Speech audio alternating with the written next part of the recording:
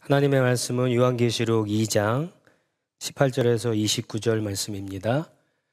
신약성경 마지막 책이자 성경 마지막 책 요한계시록 2장 18절에서 2장 마지막 29절까지 말씀 한 목소리로 읽겠습니다. 두아디라 교회의 사자에게 편지하라. 그 눈이 불꽃 같고 그 발이 빛난 주석과 같은 하나님의 아들이 이르시되 내가 내 사업과 사랑과 믿음과 섬김과 인내를 아노니 내 나중 행위가 처음 것보다 많도다. 그러나 내게 책망할 일이 있노라. 자칭 선지자라 하는 여자 이세벨을 내가 용납함이니 그가 내 종들을 가르쳐 꾀어 행음하게 하고 우상의 제물을 먹게 하는도다. 또 내가 그에게 회개할 기회를 주었으되 자기의 음행을 회개하고자 하지 아니하였도다. 볼지어다 내가 그를 침상에 던질 터이요 또 그와 더불어 간음하는 자들도 만일 그의 행위를 회개하지 아니하면 큰 환난 가운데에 던지고 또 내가 사망으로 그의 자녀를 죽이리니 모든 교회가 나는 사람의 뜻과 마음을 살피는 자인 줄 알지라. 내가 너희 각 사람의 행위대로 갚아주리라. 두아디라에 남아있어 이 교훈을 받지 아니하고 소위 사탄의 깊은 것을 알지 못하는 너희에게 말하노니 다른 짐으로 너희에게 지울 것이 없노라. 다만 너희에게 있는 것을 내가 올 때까지 굳게 잡으라. 이기는 자와 끝까지 내 일을 지키는 그에게 만국을 다스리는 권세를 주리니 그가 철장을 가지고 그들을 다스려 질그릇 깨트리는 것과 같이 하리라.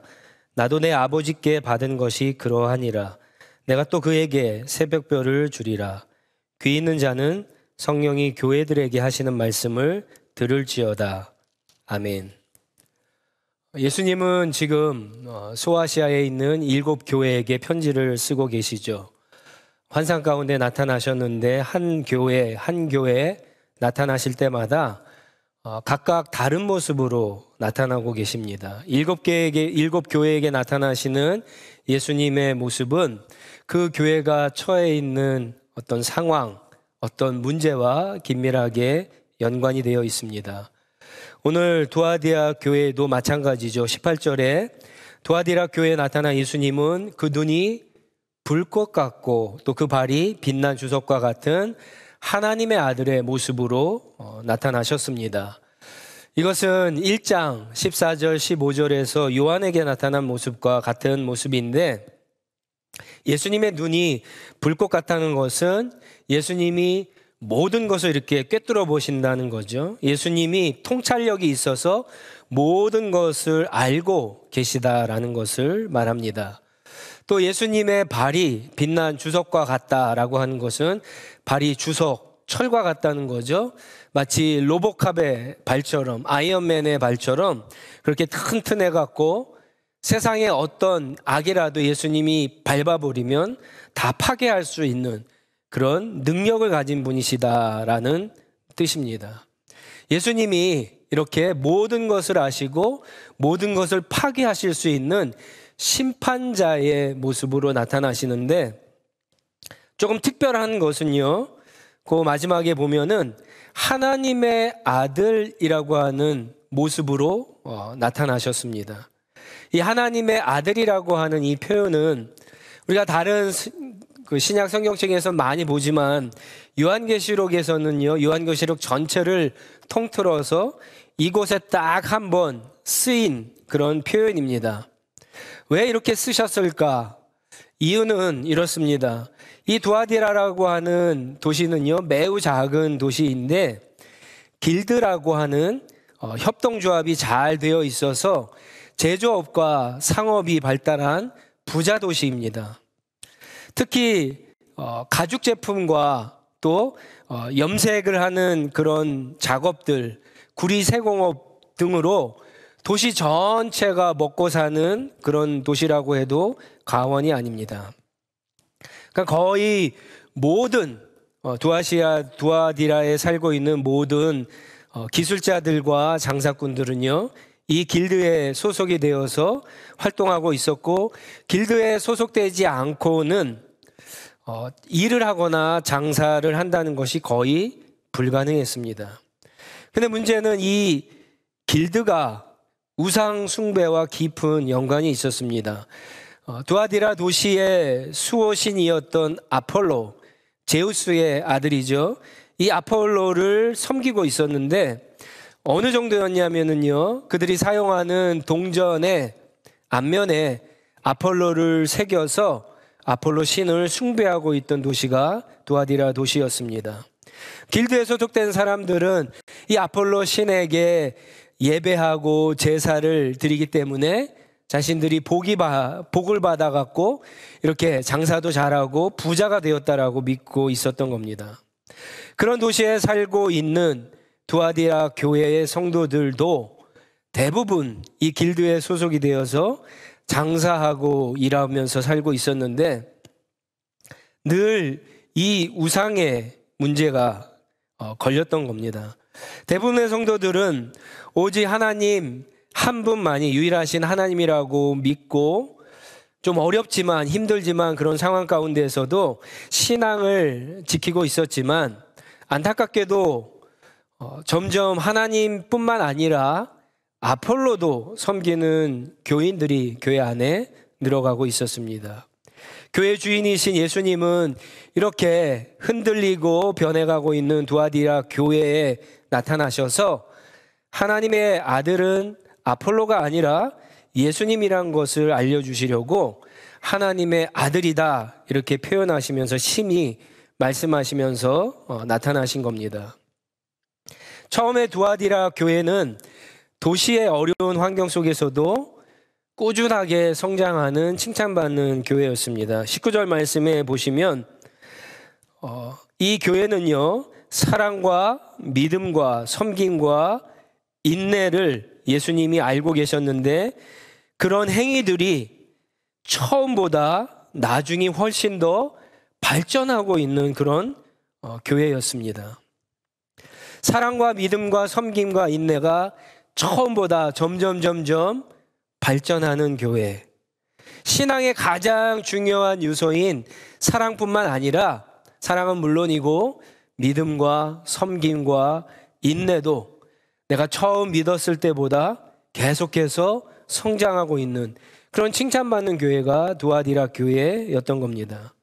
여러분 가운데에서 그런 생각 한번 해보신 적 있으시죠?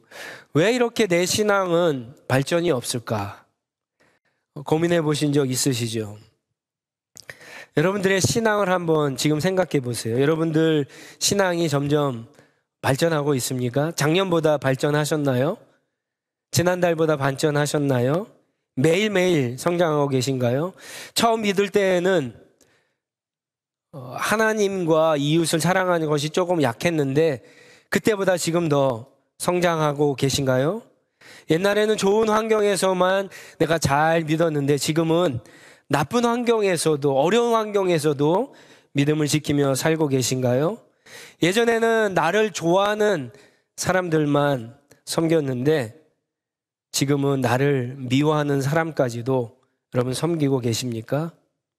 과거에는 조금만 억울해도 욱하고 화를 냈는데 지금은 이제 잘 참고 계신가요? 아니면 혹시 10년 전에 나도 그렇게 기도 많이 했어. 나도 그렇게 예배 열심히 했어. 나도 그렇게 봉사 많이 했어. 나도 옛날에는 많이 제자훈련 시켰어 라고 하면서 왕년에 나보다 봉사 많이 한 사람 있으면 나와보라고 해 라면서 혹시 과거 신앙에 사로잡혀 있지는 않습니까? 우리 안에 예수 그리스도의 생명이 있다면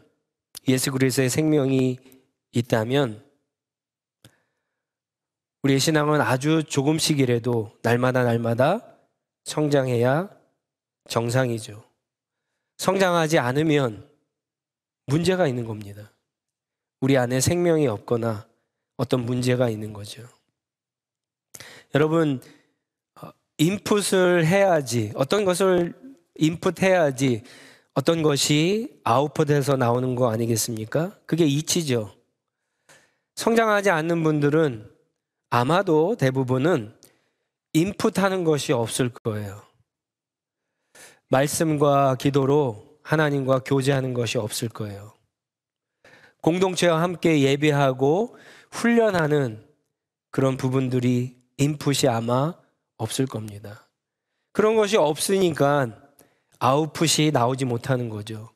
점점 성장하고 발전하는, 새롭게 변화되는 그런 내 모습이 나타나지 않는 겁니다. 아무리 머리가 나빠도 공부한 시간만큼 실력이 늘고 노력한 만큼 장사도 잘하는 것처럼 우리의 신앙도 마찬가지입니다. 일주일에 달랑 한 번, 1시간 예배 드리는 것으로 내 신앙이 날마다 성숙해지고 발전하고 변한다라고 생각하는 것은 굉장한 착각이죠. 그러니까 이 두아디라 교회가 굉장한 거예요. 처음보다 사랑이 성장하고 있어요. 처음보다 믿음과 인내와 섬김이 계속해서 자라고 있는 대단한 교회입니다. 그런데 이런 두아디라 교회가 어느 순간부터 성장이 멈추기 시작했는데, 오늘 말씀 20절에 보면 그 이유를 이세벨이라고 하는 여자가 교회 안에 들어와서 활동하는 것을 그냥 두었기 때문이다라고 예수님이 지적하십니다. 그 사람의 이름이 이세벨이라고 하는 것이 아니라, 이세벨이라고 하는 것은 우리가 잘 아는 엘리야 선지자 시대에 북이스라엘의 왕 아합의 아내이죠. 원래는 북쪽에 있는 시돈이라고 하는 이방 나라 왕의 딸이었는데 아합 왕에게 시집 오죠. 그런데 시집에 올 때 그냥 오는 것이 아니라 바알과 아세라 우상들과 그 우상들에게 제사를 지낼 수 있는 제사장들을 몽땅 데리고 와서 온 이스라엘 백성들이 영적으로 간음하고 우상 숭배하는 죄를 짓도록 그렇게 만든 장본인이었어요. 이 이세벨이 바로 이 두아디라 교회 안에서 그런 역할을 했다는 거예요. 이세벨이라는 사람이 어떤 사람인지 정확히 모르지만 우리가 말씀을 통해서 몇 가지 알 수 있는 것들이 있어요. 먼저 이세벨은 본문 말씀 20절에 있는 것처럼 여자입니다. 그렇죠? 여자. 그리고 교회 안에서 많은 사람들이 따랐던 것으로 볼 때 상당한 리더십과 어떤 카리스마가 있을 수 있겠죠. 또 영향력이 아마 있었을 겁니다.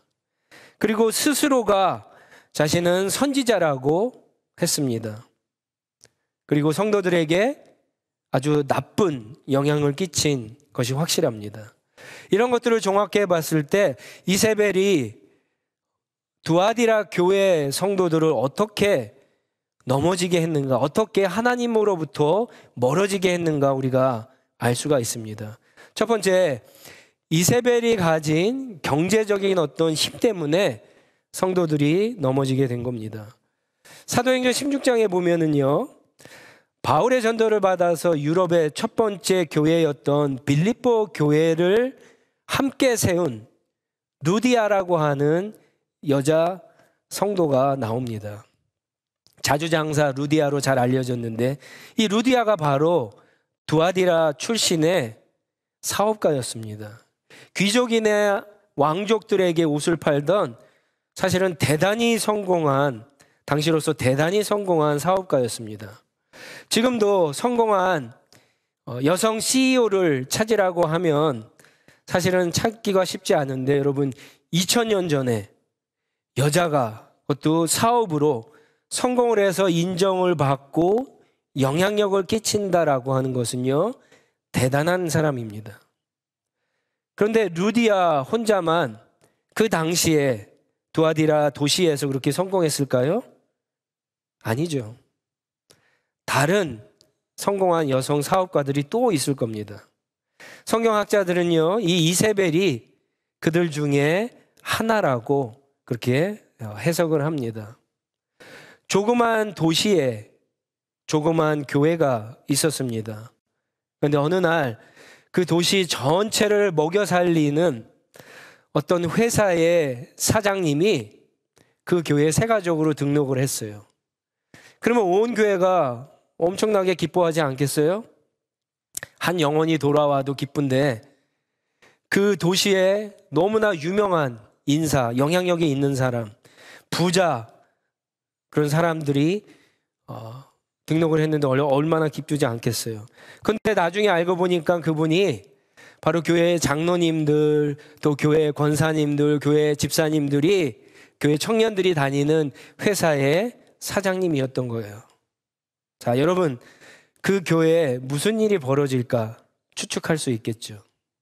장로님들과 권사님들과 집사님들과 교회 성도들이 그 사장님, 새로 등록한 그분의 말을 무시하지 못할 겁니다. 신앙이 없는데도 불구하고요, 그분의 말을 무시하지 못할 겁니다. 사회적인 영향력과 힘이 있기 때문에 사람들이 점점 그 사람을 따르기 시작할 거예요. 목회자의 말보다, 교회 리더의 말보다 사장님의 말을 점점 따라서 아마 나중에는 핵심 리더가 될 가능성이 높고요. 교회를 신앙이 없는 그 사람이 좌지우지하니까 그 교회가 엉뚱한 방향으로 갈 가능성이 많게 되겠죠. 이게 바로 이세벨과 두아디라 교회의 상황입니다. 큰 교회라면 사장님과 같이 신앙생활하여도 별 부딪힐 일이 없어요. 근데 조그만 교회라면 사정이 다르죠. 여러분 같으면 하루에 한 번이죠. 일주일에 주일날 딱 한 번 보는 사람의 말을 들으시겠어요? 아니면 일주일에 5일, 6일 맨날 만나는 그 사장님의 말을 더 들으시겠어요? 누구의 말이 더 신경이 쓰일까요? 리더의 말일까요? 아니면 회사 사장님의 말이 더 신경이 쓰일까요? 우리 씨앗에서도, 부서에서도, 교회에서도 그런 일들이 일어날 수 있어요. 아니, 일어납니다. 새로 왔는데 신앙이 없는데 돈이 많다는 이유로, 똑똑하다는 이유로, 많은 사람들을 알고 있다는 이유로, 카리스마 리더십이 있다는 이유로, 금전적으로 교회에 도움이 된다는 이유로, 사회적으로 잘 알려진 그런 영향력이 있다는 이유로 성도들이요, 자칫하다가 리더의 말보다 그 사람의 말을 더 따를 때가 있어요. 성경의 말씀보다 그 사람의 말을 더 우선으로 따를 때가 있다는 거예요. 두아디라 교회의 이세벨이 바로 그런 안 좋은 역할을 했던 사람입니다. 교인들이 금전적으로, 그렇죠? 직장 때문에 연결이 되니까 먹고 살기 위해서, 잘 보이기 위해서 리더의 말보다 이세벨의 말을 어느 순간에 하나님의 말씀보다 우선으로 여기고 따라가게 된 겁니다. 믿음이 없으면, 여러분 잘 들으세요. 믿음이 없으면 보이지 않는 하나님보다 밥줄을 쥐고 있는 보이는 사장님이 더 현실적으로 두려운 거예요. 보이지 않는 하나님보다 보이는, 나에게 조금이라도 도움이 되는 그런 사람이 더 크게 보이는 것이 당연합니다. 아마 이세벨은 이런 식으로 얘기했을 거예요. 장사는 장사고 신앙은 신앙이니까 장사와 신앙을 연관지을 필요 없어. 교회 와서는 예배 잘 드리지만 또 밖에 나가서는 열심히 일하면서 열심히 거기에 따라서 살면 돼. 장사할 때는 아폴로 신에게 제사 드려도 괜찮아. 다 옛날부터 해오던 관습이야. 그거 다 사람들이 하잖아. 일종의 문화니까 너무 심각하게 생각하지 말고 그냥 해도 돼. 내 말대로 해. 좋은 게 좋은 거라고 열심히 일해서 돈 벌어서 헌금 많이 하고 구제 많이 하면 그걸 하나님께서 더 기뻐하실까요? 아마 이런 식으로 가르쳤을 거예요. 성도들도 듣다 보니까 그게 틀리지 않는 말 같거든요. 분별력이 없어지는 거죠.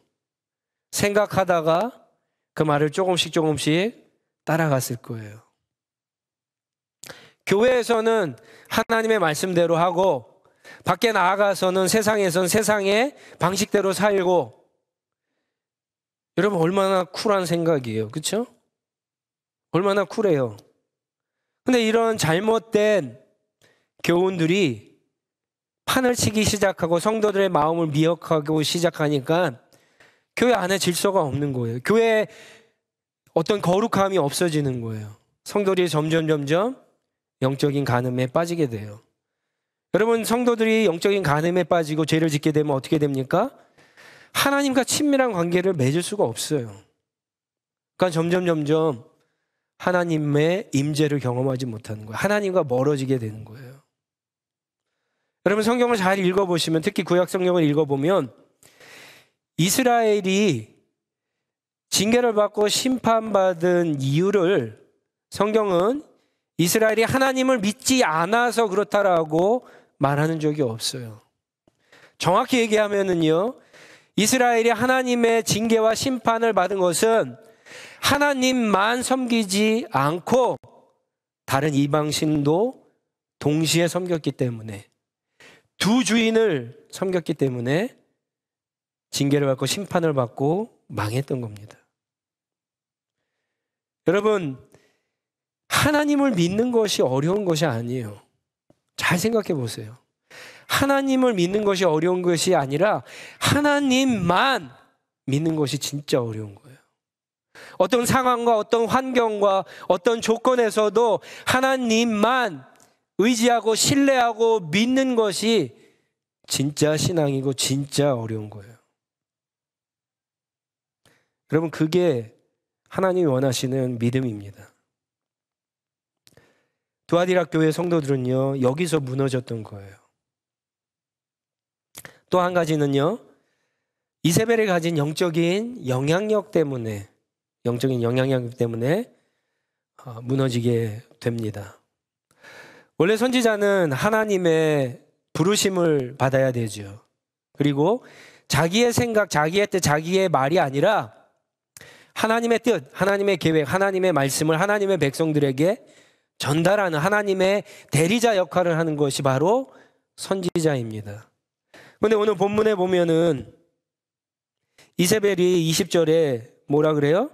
자기가 자칭, 자기 스스로 하나님의 선지자라고 그렇게 이야기합니다. 무슨 말이에요?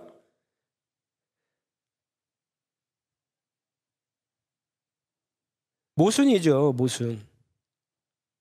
하나님이 불러주시지 않았는데 자기가 선지자라고 하는 거, 이게 있을 수가 없는 거잖아요. 말이 맞지 않아요. 모순이에요. 거짓 선지자예요. 이단이나 사이비들의 전형적인 형태가 바로 이런 거죠. 그래서 영적인 우월감에서 나오는 교만인데 이세벨이 바로 그랬던 거예요. 분명히 교회 안에 목회자들도 있고 교회 리더들도 있을 터인데 자기 영적인 권위를 내세워서 내가 하나님의 선지자다, 하나님이 나에게 말씀하셔서 이렇게 해야 돼, 일종의 직통계시라고 하죠. 그런 것들을 통해서 영적인 권위를 내세우면서 교회를 혼란스럽게 하는 거예요. 교회 질서를 파괴하는 겁니다. 성도들을 미혹하여서 죄 가운데 빠뜨렸던 것이 바로 이세벨이었던 거예요. 한때 한국교회를 시한부 종말론으로 혼란스럽게 했던 다미선교회라는 것이 있습니다. 1990년도에 막 활성화됐던 그런 이단 사이비 집단인데, 이 사람들도 마찬가지죠. 직통계시를 받아서 1992년 10월 28일에 종말과 휴거가 일어난다라고 그렇게 사람들에게 전파했습니다.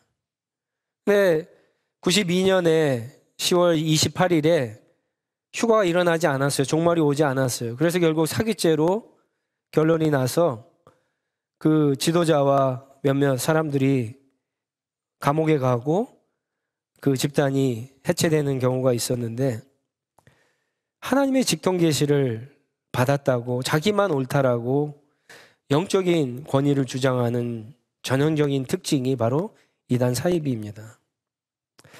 그런데 더 놀라운 것은요, 더 무서운 것은 이단 사이비뿐만 아니라 이런 비슷한 경우가 정통교회 안에도 충분히 일어날 수 있어요. 소위 기도 많이 하는, 신령하다라고 하는 권사님이나 어떤 집사님, 어떤 성도들이, 여러분 혹시 이렇게 말하는 거 들어보셨어요? 김 집사, 내가 기도해봤는데 하나님이 이것을 원하시는데 앞으로 그렇게 하지 말고 내 말대로 이렇게 해야 돼. 알았지? 이런 말 들어보셨죠? 혹시 어떤 목사님들이 설교하시는데 이렇게 말하는 거 들어보신 적 있을 거예요. 여러분, 성령님께서 나에게 이렇게 말씀하시네요. 여러분도 이렇게 해서 하나님 앞에 순종하시기 바랍니다. 여러분, 대단히 위험한 겁니다. 하나님이 그분에게 정말 말씀하셨는지, 정말 어떤 사인을 주셨든지 간에 일단은 어떻게 해야 됩니까? 하나님의 말씀으로 확인해야죠. 그리고 나서 이야기하더라도 마치 하나님이 나에게 직접 얘기하신 것을 그대로 직통으로 말씀하는 것처럼 그렇게 했다가는 큰일이 나는 거예요. 여러분, 그랬다가는 정말 큰일이 납니다. 그 사람만 하나님의 직통 계시를 받습니까? 이 세상에서 그 사람만 혼자 하나님의 직접 계시를 받습니까? 계시라고 하는 것은 이미 끝났어요. 요한계시록을 통해서 이미 성경 66권을 통해서 이미 끝났습니다. 다른 계시는 성경 외에는 없어요. 하나님이 어떤 계시를 주셨다라고 설교단을 통해서, 기도를 통해서 계시를 받았다라고 그렇게 해서는 대단히 위험한 겁니다.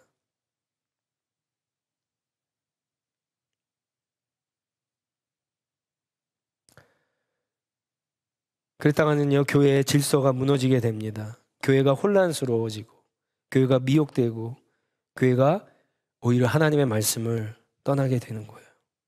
아무리 신령한 능력과 은사를 가졌어도 어떤 사람도 하나님의 말씀보다 더 큰 권위를 가질 수는 없습니다.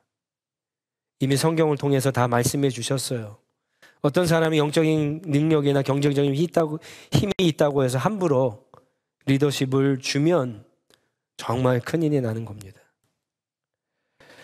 이 두아디아 교회를 보면서 이세벨 같은 사람을 교회가 이렇게 받아준 것도, 따라간 것도 안타깝지만, 저는 말씀을 묵상하면서 더 안타까운 것이 21절에 있었어요. 이게 뭐냐면은 예수님이 이 교회에 분명히 회개의 기회를 주셨거든요. 그럼에도 불구하고 교회가 그것을 거절했다는 거예요. 아까 제가 이스라엘이 징계받고 심판을 받은 이유가 하나님만을 섬기지 않고 다른 이방 신들도 함께 섬겼다고 했는데, 이스라엘 백성들이 징계를 받고 망한 또 하나의 이유가 뭐냐면요, 하나님 앞에 선한 일을 하지 못해서 망한 것이 아니라 하나님이 회개의 기회를 자꾸만 주시는데도 불구하고 회개하지 않고 더 악을 행했기 때문에, 죄를 지었기 때문에 심판을 받는 경우가 우리가 성경을 읽으면서 너무나 많이 발견하는 대목이에요. 여러분, 아무리 믿음이 좋은 사람도요, 실수합니다. 잘못하고 죄를 지어요. 그러나 믿음이 좋은 사람은 뭐와 다릅니까? 하나님이 잘못하고 실수하고 죄를 지었을 때, 회개의 기회를 주셨을 때 재빨리 그것을 알아차고 하나님 앞에 회개하고 하나님 앞에 즉시 돌아가는 사람이 진짜 믿음이 좋은 사람입니다. 지금 이 말씀을 여러분 회개의 기회로 들으실 수 있기를 바랍니다. 자기를 돌아보고 하나님 앞에 정말 회개할 것이 있으면 오늘 이 주시는 말씀, 나에게 주신 말씀을 받고 빨리 하나님 앞에 회개하고 즉시 주님께로 돌아가는, 다시 주님과 더 깊은 복된 관계를 누리시기를 주님의 이름으로 축원합니다. 여러분, 빨리 회개해야 하죠. 회개하지 않으면 어떻게 됩니까? 22절에 나오는 것처럼 예수님이 침상에 던지겠다라고 말씀하시는데, 여기서 침상은요, 그냥 우리가 잠을 자는 침상이 아니라 병원에 있는 침대, 병상을 이야기합니다. 병원에 둔다라고 하는 거죠. 회개하지 않으면 병을 주시겠다라고 하는 거예요. 그 뒤에는 환난을 주시고 마지막에는 사망을, 죽음으로 심판하시겠다라고 경고합니다. 회개하지 않으면. 하지만 이세벨을 따르지 않고 사탄의 흉기에 속지 않고 끝까지 회개하고 하나님 앞에 돌아가는 사람, 끝까지 믿음을 지키고 이기는 사람에게는요, 더 이상 짐을 주지 않으시고 예수님과 함께 온 세상 나라를 다스리는 권세를 주시겠다고 이야기하십니다. 마치 예수님께서 다스리는 것처럼 그렇게 주님과 함께 다스리는 영광을 주시겠다라고 약속하고요, 그리고 새벽별을 주시겠다라고 말씀하시는데, 그 새벽별은 바로 예수 그리스도를 의미합니다. 여러분, 이제 말씀을 맺습니다. 늘 말씀드리지만 신앙생활이 무엇일까라고 누가 저에게 물은다면 저는 이렇게 대답을 합니다. 누가 주인인가의 싸움이 신앙생활입니다. 누가 주인인가. 더 정확하게 얘기하면은요, 예수님 한 분만을 주인으로 인정하기 위한 싸움이 바로 신앙입니다. 여러분, 쉽지 않은 싸움이에요. 아직도 싸우는 분들이 계실 거예요. 아직도 싸우다가 넘어지는 분들이 있고요. 지는 분들이 있을 거예요. 한 번으로 끝나는 싸움이 아니에요. 그렇지만 실수하고 잘못해서 넘어지고 죄를 지어도요, 주님은 우리에게 기회를, 회개의 기회를, 다시 일어설 수 있는 기회를 주신다는 사실을 꼭 기억하시기 바랍니다. 그래서 하나님과의 관계를 계속해서 유지하는 것이 중요해요. 그게 막히면 결국 무엇입니까? 내가 하나님 앞에 뭔가 잘못한 것이 있죠. 그래서 나를 성찰하고 돌아보고 다시 하나님 앞에 회개함으로 다시 하나님 앞에 나아가서 그 싸움을, 하나님만, 예수님만 주인으로 섬기는 그 싸움을 살아가는 사람이 되셔야 되는 거예요. 우리 한번 다 같이 저를 한번 따라해 보겠습니다. 예수님, 내 인생의 주인은 오직 예수님 한 분뿐입니다. 예수님, 내 인생의 주인은 오직 예수님 한 분뿐입니다. 너무나 주님께서 기뻐하시는 그런 고백이에요. 이 고백을 지금 이 시간